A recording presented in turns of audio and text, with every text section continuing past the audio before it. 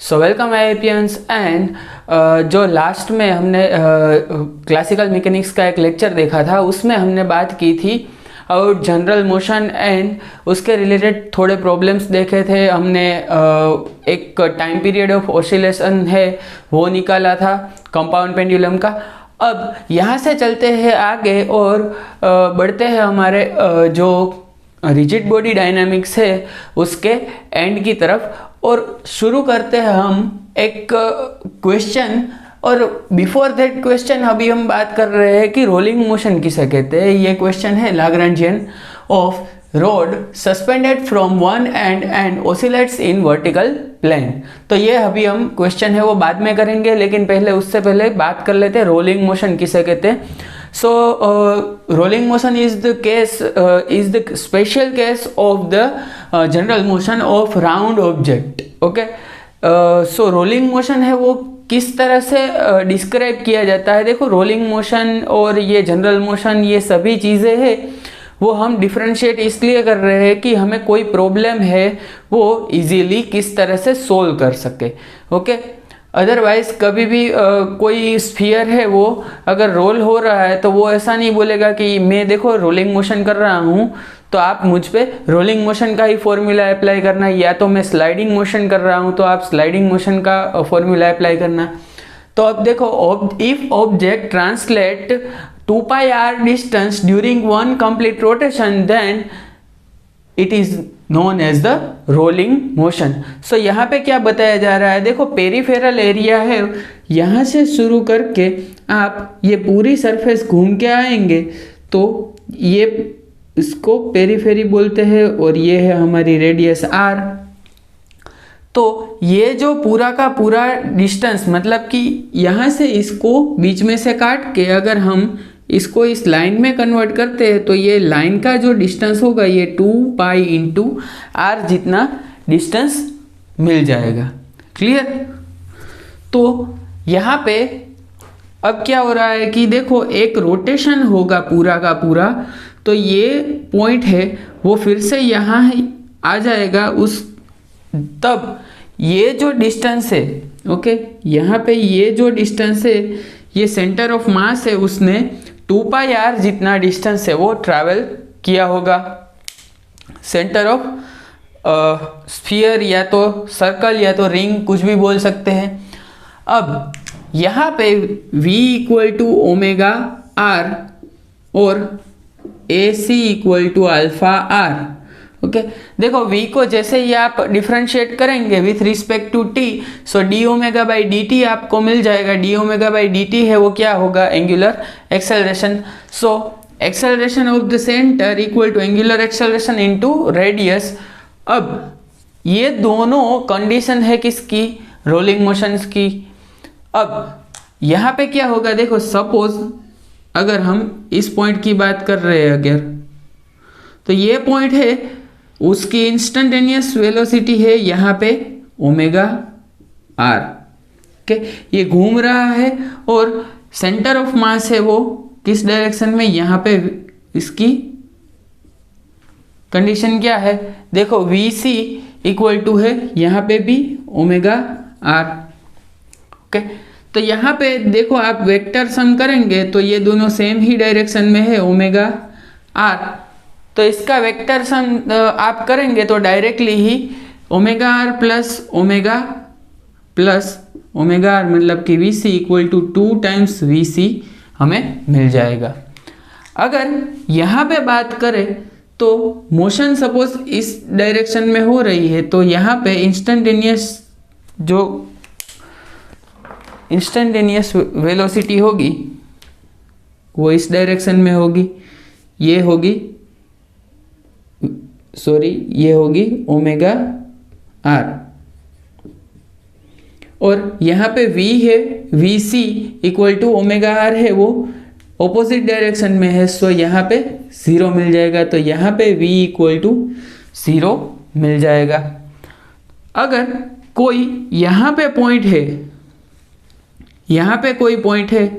तो यहाँ पे देखो ओमेगा और r की जगह पे ये r/2 पे है point, so omega r/2 plus VC equal to 3vc/2। Okay, इस तरह से हम इसको सेपरेट कर सकते हैं।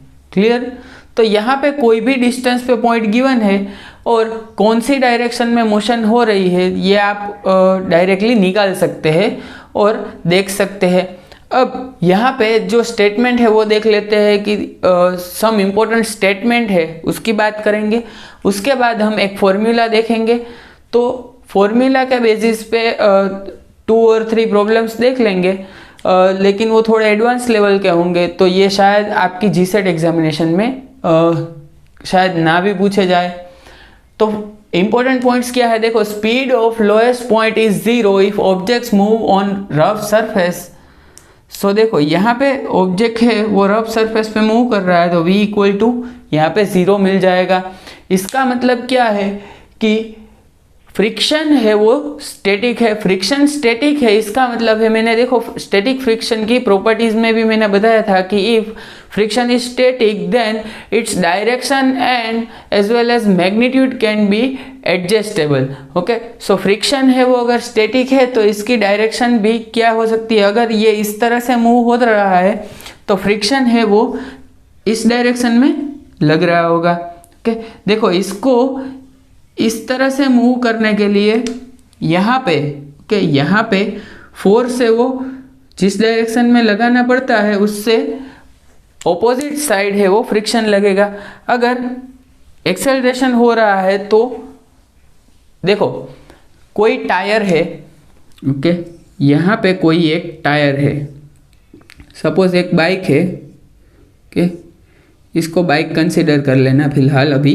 ओके, यहाँ पे हैंडल दिखाए, सपोज ये बाइक है वो अभी यहाँ पे आगे जा रही है। ओके, तो देखो, इसको आगे जाने के लिए देखो आगे फोर्स मतलब इसकी वेलोसिटी है वो आगे है और ये अभी एक्सेलरेट हो रहा है, तो इसको फ्रिक्शन है वो पीछे की साइड लग रहा होगा। ओके, टायर को पीछे की साइड अगर फ्रिक्शन लग रहा है तो ही वो आगे मोशन करेगा। अगर अब यहाँ पे मैं बात कर रहा हूँ कि अगर ब्रेक लगा रहे, सो व्हाइल ब्रेकिंग, तो ब्रेक अगर आप लगा रहे हैं तो क्या होगा, डी एक्सेलरेशन हो रहा है। डी एक्सेलरेशन अगर हो रहा है तो इसका मतलब क्या है कि टायर है उसकी स्पीड कम हो रही है। उसकी स्पीड अगर कम हो रही है तो क्या होगा कि देखो, वेलोसिटी इस डायरेक्शन में है, स्पीड अभी रिड्यूस हो रही है, तो फ्रिक्शन भी इस डायरेक्शन में ही लग रहा होगा। Okay, clear?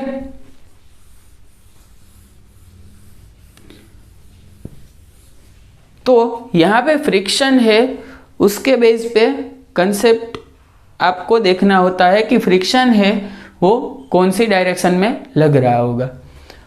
अब यहाँ पे बात करते हैं आगे कि सेकंड पॉइंट क्या है, total work done by the frictional force in this pure rolling motion is always 0।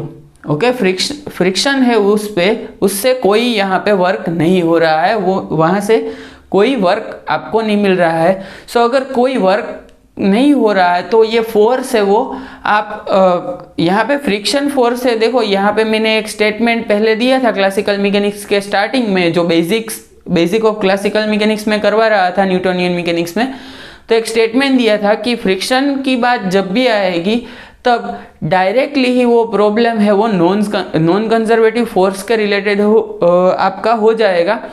लेकिन यहाँ पे फ्रिक्शन है वो मेंशन नहीं किया होगा और फ्रिक्शन यहाँ पे इन्वॉल्व हो रहा है, लेकिन फिर भी यहाँ पे रोलिंग मोशन के लिए ये फ्रिक्शन है वो कोई भी वर्क नहीं कर रहा है, मतलब कि एनर्जी रिमेन्स कंजर्व्ड और constant in presence of friction.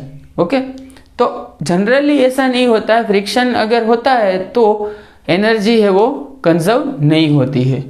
तो यहाँ पे एक एक्सेप्शनल केस हो रहा है, तो ये एक्सेप्शनल केस आपको याद रखना है। अब आगे चलते हैं और एक इम्पोर्टेंट पॉइंट नोट करते हैं कि when objects rolls on surface or rough surface, then during one full rotation every point on peripheral area, every point on periphery मतलब कि ये पॉइंट या तो ये point covers distance equal to 8r। अब इसका मीनिंग क्या है कि अगर यहाँ पे कोई एक सरफेस है वो ड्रॉ कर रहा हूँ और यहाँ से ये बॉडी है वो मोशन स्टार्ट कर रही है, ओके, और यहाँ पे कोई एक पॉइंट है, ओके, सपोज फॉर सिंप्लिसिटी यहाँ पे अगर हम पॉइंट ले रहे हैं यहाँ से, तो ये पॉइंट है, इतना मोशन करने के बाद यहाँ पे मिल जाएगा, थोड़ा और मोशन जब करेंगे तो यहाँ पे मिल जाएगा, थोड़ा और मोशन करेंगे तो यहाँ पे मिल जाएगा, और फाइनली ये मोशन करेंगे तो यहाँ पे पॉइंट आपका मिल जाएगा। तो ये बेसिकली आपका एक रोटेशन कंप्लीट हो रहा है। अगर देखो यहाँ पे पॉइंट था, फिर से यहाँ पे आ गया, तो एक रोटेशन अगर कंप्लीट हो रहा है तो ये जो पाथ है, देखो यहाँ से कितना डिस्टेंस कवर अप कर रहे हैं, ये जो पाथ है, ये ब्लैक लाइन मैंने जो ड्रॉ की है, ओके, ब्लैक लाइन जो मैंने ड्रॉ की है उसी को ही आपको कैलकुलेट करेंगे आप डायरेक्टली, तो 8r जितना डिस्टेंस आपको मिल जाएगा। सपोज यहाँ पे तो 1 2 3 4 5 6 7 8, ओके, इस तरह से डिस्टेंस है वो आपको मिल जाएगा। इसकी कैलकुलेशन होती है, लेकिन अभी आप इतना ही इम्पोर्टेंट स्टेटमेंट है वो कैलकुलेट करते हैं बाद में, ओके। अभी आपके लिए सिर्फ स्टेटमेंट है वो इम्पोर्टेंट है, कैलकुलेशन आपके लिए कुछ भी इम्पोर्टेंट नहीं है, तो आप सिर्फ ये स्टेटमेंट याद रखो। क्लियर?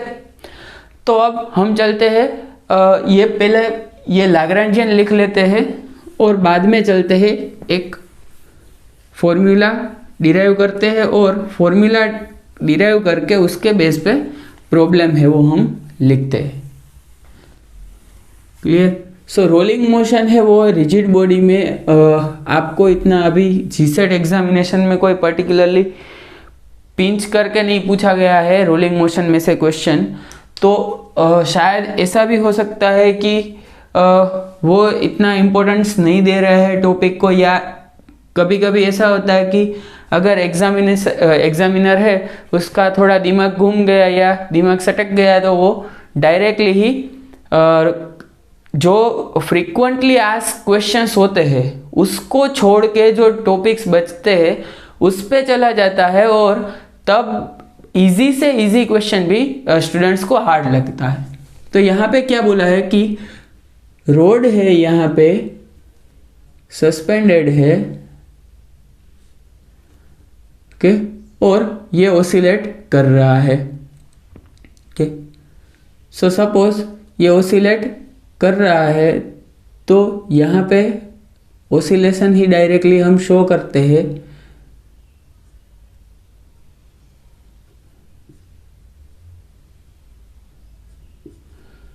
अब ये रोड है वो from one and, okay, road suspended from one and, तो यहाँ पे एक एंड में से रोड है वो सस्पेंडेड है, और यहाँ पे ये थीटा है, तो इसका लाग्रांजियन अगर आपको लिखना है सो L इक्वल टू क्या होगा, काइनेटिक एनर्जी मतलब कि 1/2 I theta dot square minus potential energy. Suppose यहाँ पे V इक्वल टू 0 ले रहे हैं, सो mgh मतलब कि यहाँ पे जो L/2 पे इसका सेंटर ऑफ मास होगा वही उस आपको लिखना है। सो L/2 कोस थीटा, L/2, और ये हाइट आपको लिखनी है, मतलब कि इस तरह से ट्रायंगल आपको देखना है, ये है L/2 और ये है थीटा, सो ये है L/2 कोस थीटा। क्लियर? अब यहाँ पे आपको क्या करना है, मोमेंट ऑफ इनर्शिया लिखनी है, सो m L square by 3 into theta dot square minus mg L cos theta by 2। तो यहाँ से क्या आ जाएगा, m बाई, यहाँ से m बाई 6, यहाँ से l square theta dot square minus mgl cos theta by 2। Clear. तो यहाँ पे आपका जो ये क्वेश्चन था वो एक पेट एग्जामिनेशन में पूछा गया था और डायरेक्टली ही पूछा गया था कि यहाँ पे ये लाग्रांजियन है उसमें एनर्जी कंजर्व हो रही है या नहीं। सो यहाँ पे टाइम एक्सप्लिसिटली प्रेजेंट नहीं है, तो energy is conserved. Okay, energy is conserved. Okay, और यहाँ पे एक और मैं यहाँ पे प्रॉब्लम है वो मैं बता रहा हूँ कि एक स्टूडेंट ने पूछा था कि लाग्रांजियन कुछ दिया गया था, अभी एग्जैक्टली प्रॉब्लम याद नहीं है। सो यहाँ पे इस तरह से कुछ लाग्रांजियन दिया गया था, x dot square plus y dot square plus यहाँ पे कुछ एम जी एक्स इस तरह से कुछ दिया गया था। और क्वेश्चन है, जीसेट एग्जामिनेशन का क्वेश्चन था, उसमें बोला गया था कि यहाँ पे क्या कंजर्व हो रहा है या स्टेटमेंट है, आपको सही चुनना था। तो यहाँ पे देखो y है, y डॉट प्रेजेंट है and y is not present. तो यहाँ पे y है वो साइक्लिक कोऑर्डिनेट है। अब y के कोरस्पॉन्डिंग जो मोमेंटम मिलेगा पी वाई वो कंजर्व होगा एंड एनर्जी है यहाँ पे कंजर्व हो रही है क्योंकि कहीं पे भी टाइम नहीं है, मतलब टाइम डिपेंडेंसी नहीं है। So energy is also conserved. Clear. So basically ये इजी क्वेश्चंस है, मतलब मैं ऐसा बोलूँगा कि ये इजीएस्ट क्वेश्चन है कि आपको देख के ही पता चल जाएगा। और मैंने शॉर्ट ट्रिक्स है सभी टॉपिक में बताई है, तो आपको डायरेक्टली ही पता चलना चाहिए कि किस तरह से क्या कंजर्व हो रहा है, क्या नहीं कंजर्व हो रहा है। सो चलिए हम चलते हैं फॉर्मूला पे। देखो यहाँ पे एक प्रॉब्लम दिया गया है, rolling motion on inclined rough surface. तो ये रफ सरफेस पे अगर कोई स्फीयर है उसको लीव किया जाता है, उसको जस्ट पुट किया जाता है तो वो रोलिंग मोशन करेगा। तो वो यहाँ पे हमें देखना है। तो देखो ये रिंग है या तो स्फीयर है, कुछ भी सोच लो, इसका मास है m और रेडियस है यहाँ पे उसकी स्मॉल r। ओके, अब यहाँ पे क्या होगा कि देखो एक जो फोर्स है यहाँ पे, जो ग्रेविटेशनल फोर्स है वो इस तरह से लग रहा होगा mg। तो इसको अगर कंपोनेंट में डिवाइड करते हैं तो यहाँ पे mg साइन थीटा, देखो यहाँ पे ये है वो प्लेन इंक्लाइन है, वो थीटा एंगल पे है। अब ये थीटा है तो यहाँ पे बेसिकली देखो ये है वो थीटा हमें मिल जाएगा फ्रॉम द जियोमेट्री। अब यहाँ पे हम बात क्या करेंगे कि यहाँ पे देखो ये mg साइन थीटा है और ये है वो mg कोस थीटा। अब यहाँ पे देखो अगर मूव कर रहा है नीचे तो फ्रिक्शन लग रहा होगा ऊपर की डायरेक्शन में। सो यहाँ पे स्टैटिक फ्रिक्शनल, यहाँ पे Fs डिनोट किया जाता है।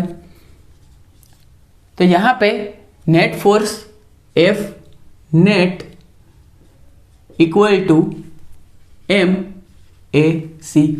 अब यहाँ पे इस डायरेक्शन में मोशन हो रही है, सो MAC। देखो यहाँ पे एक्सेलरेशन ऑफ द सेंटर क्या होगा AC।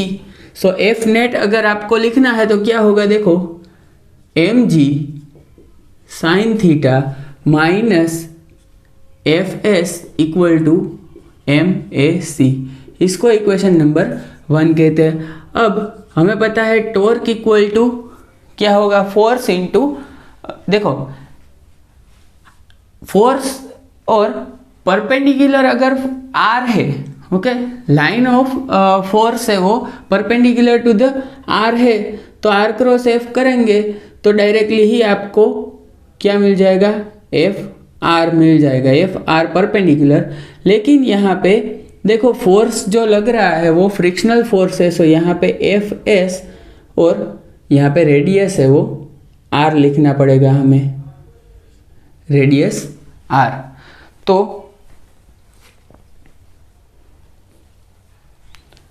ओके, तो रेडियस यहाँ पे हमें R लिखना पड़ेगा।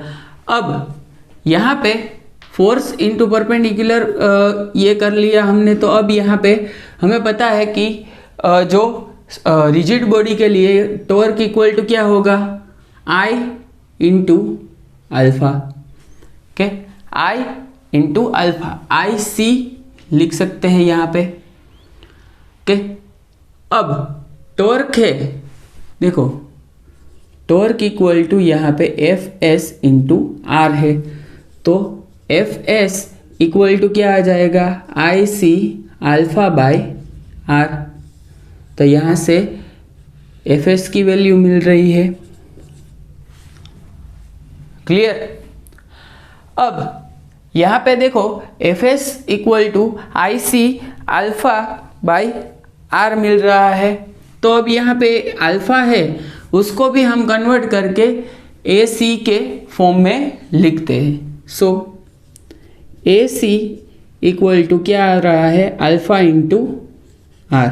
सो अल्फा इक्वल टू आ रहा है AC बाय R, क्लियर। तो देखो ये यही इक्वेशन है वो मैंने पहले ही लिखवा दिया था कि ये है वो क्या है, रोलिंग मोशन की कंडीशन। तो यहाँ से ही आप directly FS equal to IC alpha की जगह पे AC पुट कर देते हैं, IC AC by R square, इसको इक्वेशन नंबर 2 कह दो। और इक्वेशन 2 है उसमें से यहाँ पे वैल्यू अगर हम पुट कर देंगे तो mg sine theta minus IC AC by R square equal to MAC। So यहाँ पे mg sine theta equal to क्या आ जाएगा, देखो IC AC by R square plus MAC। तो यहाँ पे AC है वो कॉमन लिख देते हैं। सो AC कॉमन अगर ले लिया तो यहाँ पे क्या आ जाएगा, IC by R square plus M। उसको यहाँ पे लेफ्ट हैंड साइड लिख देते हैं, mg sine theta divided by IC by R square plus M। अगर यहाँ से M है वो कॉमन ले लेते हैं अगर हम, ओके,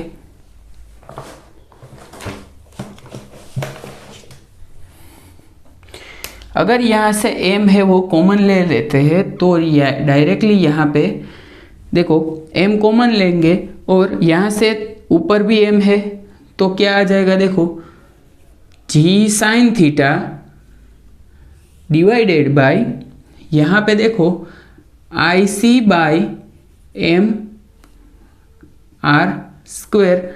देखो ये कैपिटल R यहाँ पे लिख दिया है बाय मिस्टेक, तो यहाँ पे डायरेक्टली ही क्या करो कि आप ये रेडियस है उसको भी कैपिटल R डिनोट कर दो, क्योंकि यहाँ पे चेंजेस करना अभी थोड़ा ज़्यादा चेंजेस हो जाएगा, +1। ओके, ये हो गया हमारा एक्सेलरेशन का फाइनल फॉर्मूला। ओके, तो ये फॉर्मूला आपको याद रखना है। अब यहाँ से देखो आगे चलते हैं और देखो यहाँ से फ्रिक्शनल फोर्स भी फाइंड इजीली किया जा सकता है।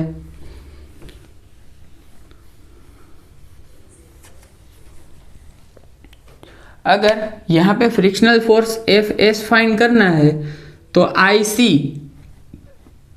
और ए सी की वैल्यू यहाँ पे आपको पुट कर देनी है, तो डायरेक्टली फ्रिक्शनल फोर्स भी फाइंड कर सकते हैं। तो आपको ये इक्वेशन अपने बुक में लिखना है।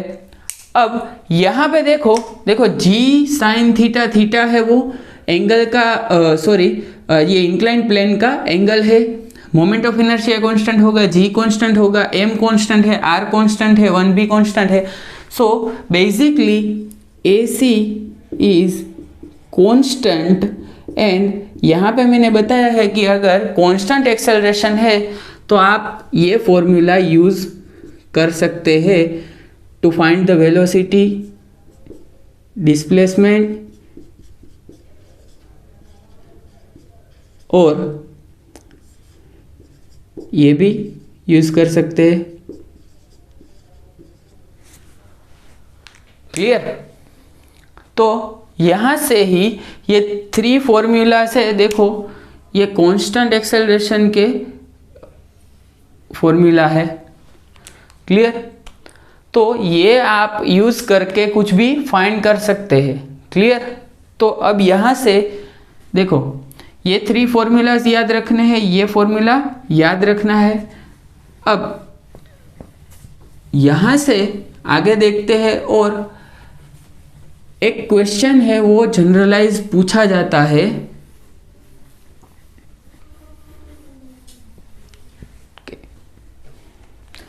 तो पहले यहाँ पे ए सी इक्वल टू क्या लिख दो, g sine theta divided by I C by M R square plus 1 के लिख दिया। अब यहाँ पे एक क्वेश्चन है वो पूछा जाता है। देखो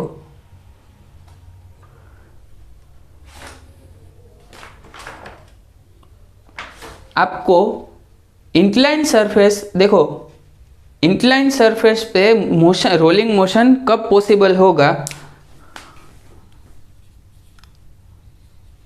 condition of rolling motion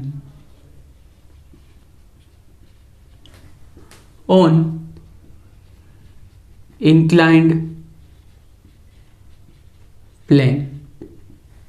okay, तो ये रोलिंग मोशन कब पॉसिबल होगा वो आपको देखना है।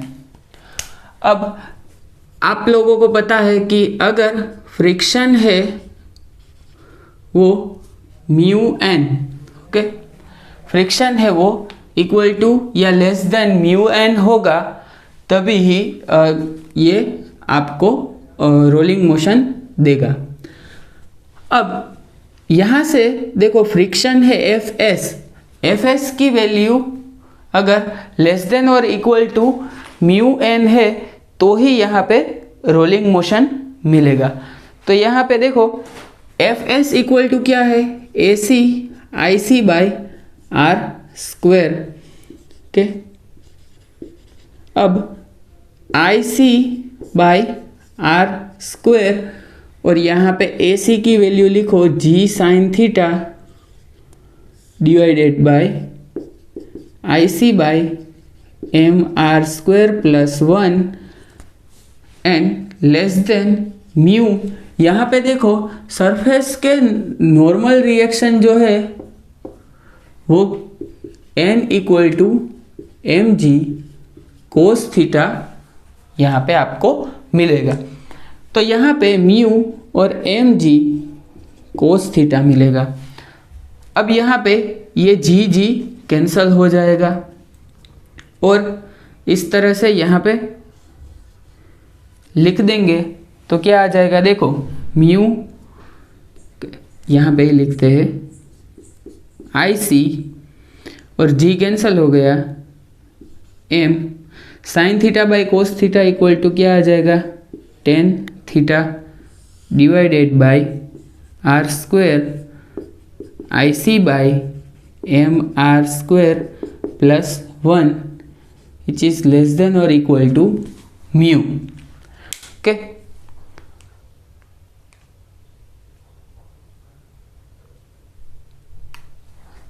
ओके। अब यहाँ पे इसको और सिंप्लीफाई करते हैं और ये आईसी है, इसको डिनोमिनेटर में लेके जा रहे हैं और आर स्क्वायर को भी मल्टीप्लाई यहाँ पे कर रहे हैं। क्लियर? एम और आईसी है, दोनों को डिनोमिनेटर में लिखते हैं तो क्या आ जाएगा देखो, tan theta is less than equal to mu, और यहाँ पे क्या आ जाएगा देखो, आईसी और एम, ओके, ये दोनों को ही डिनोमिनेटर में लिखना है आपको, तो क्या आ जाएगा देखो,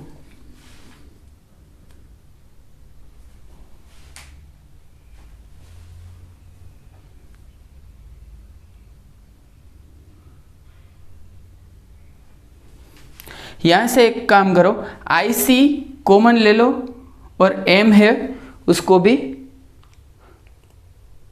कॉमन लिख देते हैं। क्लियर? ओके, यहाँ पे एक मिस्टेक हो गई, यहाँ पे एम जी कोस थीटा इस साइड आएगा तो आई सी बाई यहाँ पे एम आएगा। क्लियर? अब आई सी कॉमन लिख देते हैं और एम आर स्क्वायर को यहाँ पे इंट्रोड्यूस करते हैं तो 1 plus M R square by I C आपको मिल जाएगा। क्लियर?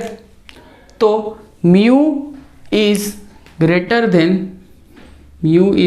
देन और equal to tan theta by 1 plus M R square by I C यहाँ पे आपको लिखना है। अगर ये कंडीशन सेटिस्फाई हो रही है, ओके, तभी ही आपका रोलिंग मोशन पॉसिबल होगा। ओके, अब यहाँ से आगे देखते हैं, देखो, if mu tends to infinite then rolling motion is possible but sliding is not possible। Okay, friction बहुत ही ज़्यादा होगा तो रोलिंग मोशन पॉसिबल होगा, लेकिन स्लाइडिंग मोशन पॉसिबल नहीं होगा। सो यहाँ पे आपको देखना है कि म्यू है वो अगर यहाँ tan theta by 1 plus M R square by I C से ज़्यादा है तभी ही आपको ये कंडीशन अप्लाई करके देखना है। अगर ये ज़्यादा है तभी ही रोलिंग मोशन पॉसिबल होगा, अदरवाइज रोलिंग मोशन पॉसिबल नहीं होगा। क्लियर? और यहाँ पे देखो, कभी कभी ऐसा भी बोला जाता है कि प्लेन है उसके ऊपर कोई रिंग या सरफेस है वो मूव करवा रहे हैं, तो उसका अगर डी एक्सेलरेशन आपको फाइंड करना है तो डायरेक्टली यहाँ पे माइनस पुट करके आपको लिखना होगा।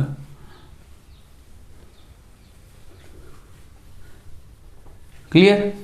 अब यहाँ से आगे चलते हैं और देखते हैं कि thin hollow sphere is, questions देखते हैं। Thin hollow sphere is rolling on inclined plane having a frictional coefficient mu, calculate frictional force on the sphere. F s आपको फाइंड करना है, एफ एस आपको फाइंड करना है। क्लियर? तो F S अगर आपको फाइंड करना है तो सिंपल फॉर्मूला है, I C into A C by R square. Okay, तो स्फीयर है वो होलो है। अब यहाँ पे हम क्या करेंगे, देखो, एफ एस अगर फाइंड करना है तो आई सी बाई आर स्क्वेयर, और ए सी अगर आपको लिखना है तो क्या आ जाएगा, देखो, g sine theta divided by 1 plus I C by M R square. तो अब सभी जगह पे हम क्या कर देंगे, डायरेक्टली ही हम होलोस्फीयर है उसकी मोमेंट ऑफ इनर्शिया डायरेक्टली लिख देंगे। तो होलोस्फीयर के लिए मोमेंट ऑफ इनर्शिया 2/3 mr² मिलती थी, तो यहाँ पे लिख दो डायरेक्टली। सो 1 + 2/3 mr² mr²। सो यहाँ से फ्रिक्शनल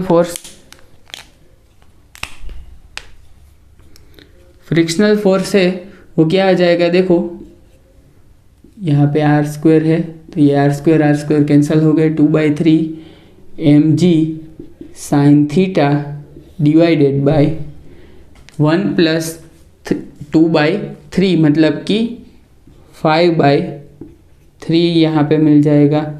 तो यहाँ पे ये कैंसिल हो जाएगा और Fs = 2/5 mg और sin थीटा मिल जाएगा। क्लियर। अगर देखो होलोस्फीयर बोला है तो हमने क्या किया, IC डायरेक्टली पुट कर दिया। IC डायरेक्टली पुट करने से आपको फ्रिक्शनल फोर्स है वो मिल जाएगा। अब देखो सॉलिड स्फीयर, सेकंड क्वेश्चन क्या है कि solid sphere is rolling on horizontal surface, what is percentage of rotational kinetic energy. अब ये क्वेश्चन है, उसमें आपको क्या बोला है कि solid sphere is rolling on horizontal surface, what is percentage of kinetic energy. Percentage of kinetic energy है, उसका मतलब क्या होगा कि आपको पहले तो टोटल काइनेटिक एनर्जी लिखनी होगी, उसके बाद रोटेशनल काइनेटिक एनर्जी लिखनी होगी। क्लियर। तो रोटेशनल काइनेटिक एनर्जी है उसका भी फॉर्मूला पता होना चाहिए और टोटल काइनेटिक एनर्जी है उसका भी फॉर्मूला आपको पता होना चाहिए।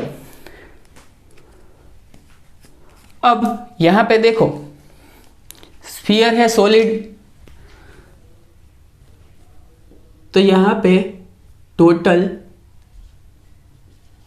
काइनेटिक एनर्जी इक्वल टू क्या आ जाएगा, देखो rotational kinetic energy ½ I ω² plus 1/2 mvc²। Okay. अब नेक्स्ट थिंग क्या होगी कि आप यहाँ पे पहले तो टोटल काइनेटिक एनर्जी फाइंड कर लो। I है वो क्या आ जाएगा, देखो 2/5 mr² और यहाँ पे ω² प्लस 1/2 mvc² की जगह पे r² ω² लिख सकते हैं। तो यहाँ से क्या आ जाएगा, देखो 2 कैंसिल हो जाएगा और यहाँ पे 5 आ जाएगा और यहाँ पे 2, सो 7/10 mr² ω² टोटल काइनेटिक एनर्जी हमें मिल जाएगी। अब रोटेशनल काइनेटिक एनर्जी परसेंटेज में अगर कैलकुलेट करनी है तो rotational kinetic energy divided by total kinetic energy, मतलब कि रोटेशनल काइनेटिक एनर्जी कितनी है, देखो 1/5 mr² ω² डिवाइडेड बाय 7/10 mr² ω²। सो यहाँ से कैलकुलेशन करेंगे तो 2/7 आपको मिल जाएगा और यहाँ पे परसेंटेज है तो इंटू 100 और यहाँ पे भी आपको 100 मल्टीप्लाई करना होगा। तो आप कैलकुलेट जब करेंगे तो कुछ 28% आपको मिलेगा। मतलब कि रोटेशनल काइनेटिक एनर्जी है वो टोटल काइनेटिक एनर्जी में 28%, टोटल काइनेटिक एनर्जी का 28% है वो रोटेशनल काइनेटिक एनर्जी से आ रहा है। अब ये सेकंड क्वेश्चन हो गया। अब थर्ड क्वेश्चन है उसकी बात करते हैं।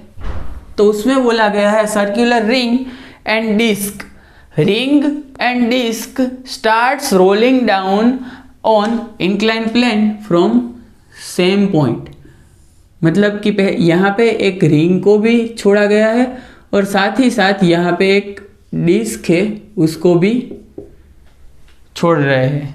सो यहाँ पे initial velocity u equal to 0 होगी दोनों के लिए। और calculate ratio of time taken by ring to disc. तो यहाँ पे देखो, पहले तो आपको क्या करना होगा कि time taken by ring TR equal to क्या आ जाएगा, देखो पहले S equal to UT plus half AT square होगा। Okay, so ARTR square. तो U 0 है, so S equal to half ARTR square and S equal to half ADTD square, मतलब कि डिस्क, क्योंकि यहाँ से दोनों साथ ही यहाँ तक पहुँचेगी। ओके, तो सेम है दोनों, तो क्या कर सकते हैं, ARTR square equal to ADTD का square. So TR by TD equal to क्या आ जाएगा, देखो AD by AR raise to 1/2। अब डिस्क है उसका एक्सेलरेशन निकाल लो और रिंग का एक्सेलरेशन निकाल लो। सो A है उसका फॉर्मूला है G sine theta divided bye 1 plus I by MR square. So I for ring क्या होगा, देखो I अगर यहाँ से AR निकालेंगे तो रिंग के लिए क्या आ जाएगा, MR square. So G sine theta by 2, तो यहाँ पे G साइन थीटा बाई 2 आपको मिलेगा। ओके, यहाँ पे।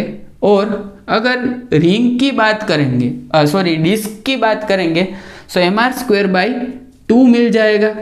तो यहाँ पे भी क्या मिल जाएगा, 1/2। सो यहाँ से 3/2, मतलब कि यहाँ पे 2/3 G साइन थीटा 1/2। सो G sine theta cancel out हो जाएगा और यहाँ से 2 इंटू 2/3 1/2। ओके, सो ये रेशियो है वो आप इजीली कैलकुलेट कर सकते हैं, TR बाई TD। सो 2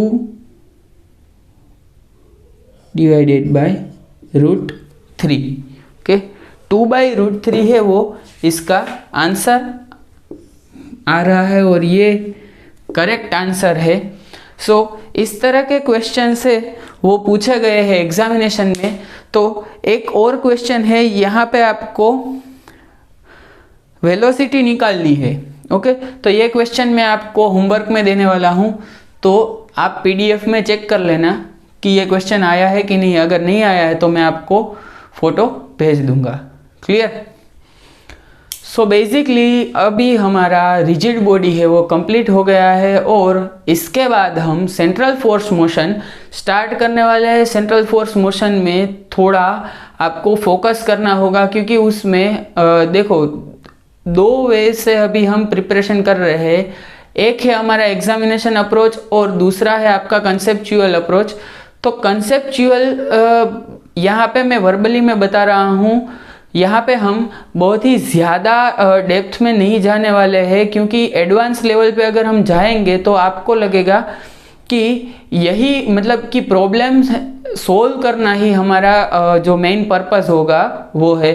लेकिन हमारा मेन पर्पस क्या है कि सभी जो आपके सब्जेक्ट्स है, 9 सब्जेक्ट्स है, क्लासिकल क्वांटम से लेके आपका एटॉमिक और न्यूक्लियर, तो सभी सब्जेक्ट में से आपको 7 या 8 क्वेश्चन से वो आने चाहिए। तो ये हमारा बेसिक गोल होगा और अगर आपको 10 क्वेश्चंस आते हैं तो बहुत ही ज़्यादा अच्छी बात है।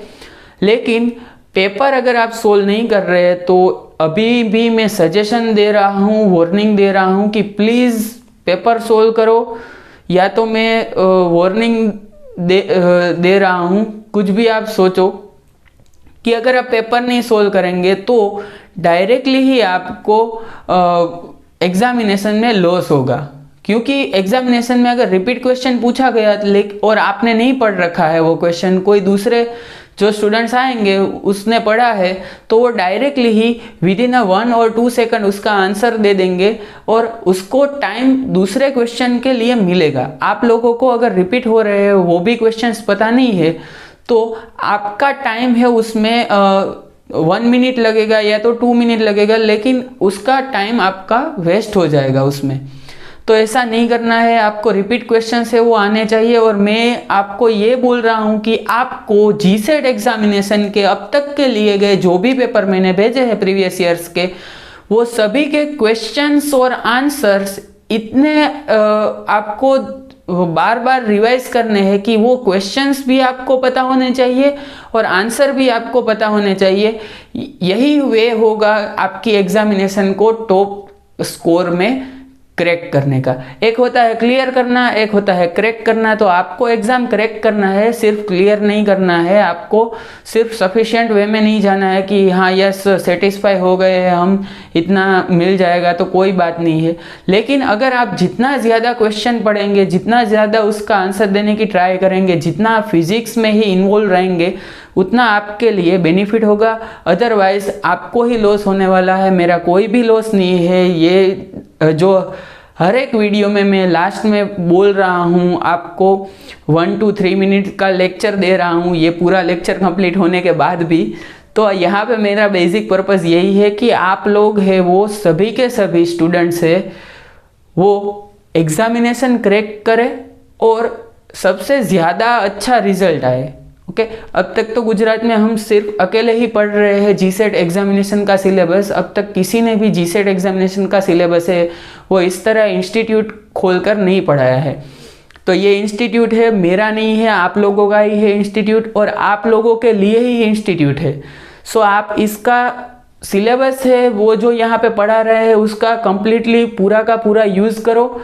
और अभी भी मैं बता रहा हूँ कि जो नेक्स्ट लेक्चर्स होने वाले हैं उसमें से due to Diwali vacation classes है यहाँ पे थोड़े दिनों के लिए बंद होने वाले हैं, तो इसी वजह से यहाँ पे मैं घर पे ही रिकॉर्डिंग करके, वहाँ पे शायद बोर्ड नहीं होगा तो पेन और पेपर के साथ हम रिकॉर्डिंग करेंगे और पेन और पेपर के साथ जो इजी सब्जेक्ट्स है वो पढ़ने की ट्राई करेंगे। और ज़्यादा से ज़्यादा दिनों में ज़्यादा से ज़्यादा दिन हम उसमें देंगे और मैक्सिमम लेक्चर्स कवर अप करने की ट्राई करेंगे, ताकि आपका सिलेबस है उसमें कोई भी टॉपिक है ऐसा कि जो क्वेश्चंस पूछे जाते हैं वो बाकी ना रहे। वरना ये 8 से 10 साल का सिलेबस है, ये सिलेबस तो कंप्लीट नहीं होता है। लेकिन हम ट्राई करेंगे और आपको मैक्सिमम दिन यहाँ पे मैं देने वाला हूँ कि आप रिवाइज करो।